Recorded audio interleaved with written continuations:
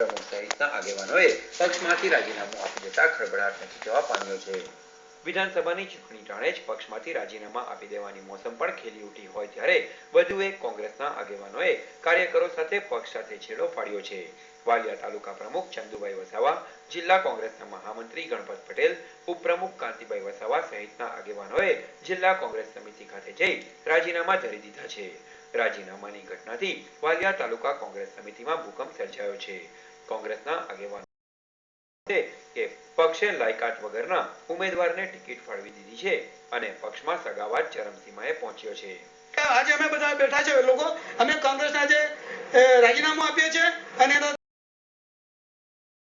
વસ્તીમાં અમારું નેતૃત્વ હોવું જોઈએ, તેના બદલે ત્યાં 2-5% વાળા અમારા